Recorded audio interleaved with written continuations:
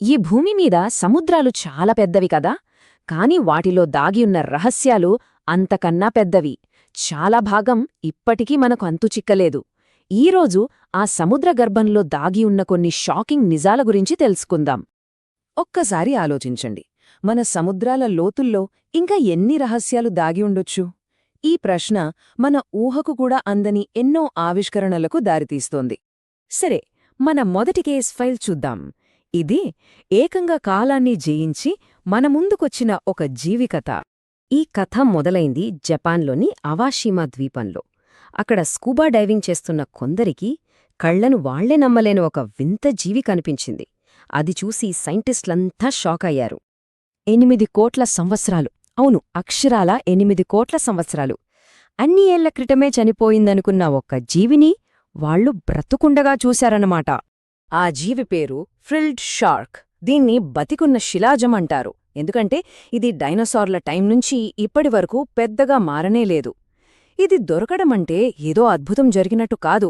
లక్షల సంవత్సరాలుగా భూమ్మీద జీవం, ముఖ్యంగా ఆ సముద్రపు అగాధాల్లో, ఆ చీకట్లో ఎలా బ్రతికిందో తెలుసుకోవడానికి మనకు దొరికిన ఒక అవకాశంలాంటిది. సరే, ఒక జీవి కథ చూశాం కదా, ఇప్పుడు ఇంకో కేస్ ఫైల్ చూద్దాం. ఇది ఒకప్పుడు వైభవంగా వెలిగి ఆ తర్వాత నీటిలో కలిసిపోయిన ఒక నగరం కథ. ఈ కథ ఈజిప్ట్లోని అలెగ్జాండ్రియా తీరానికి కొంచెం దూరంలో మొదలైంది. దాదాపు 6.5 కిలోమీటర్ల లోపల సముద్రగర్భంలో పురాణాల్లో మనం విన్న హెరాక్లియన్ అనే ఒక అద్భుతమైన నగరం బయటపడింది. ఇన్ని వందల ఏళ్లుగా అది కేవలం ఒక కట్టుకథ అని అందరూ అనుకున్నారు. అక్కడ దొరికిన సంపద చూస్తే నిజంగా మైండ్ బ్లాక్ అవుతుంది. చూడండి, 64 పాతకాలం నాటి ఓడలు, 700 యాంకర్లు, ఏకంగా 16 అడుగుల ఎత్తున్న ఫారోల విగ్రహాలు, ఇంకా లెక్క పెట్టలేనంత బంగారం.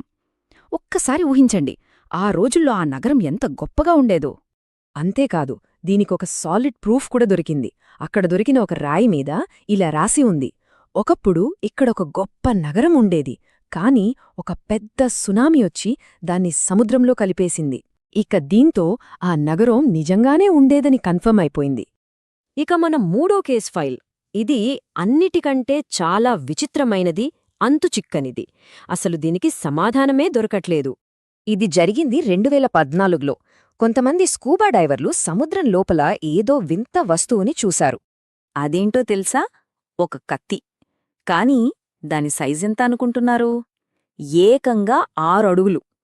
అంటే ఒక మామూలు మనిషి ఎత్తు అంత ఉందన్నమాట. అసలు పాయింట్ ఇక్కడే వస్తుంది.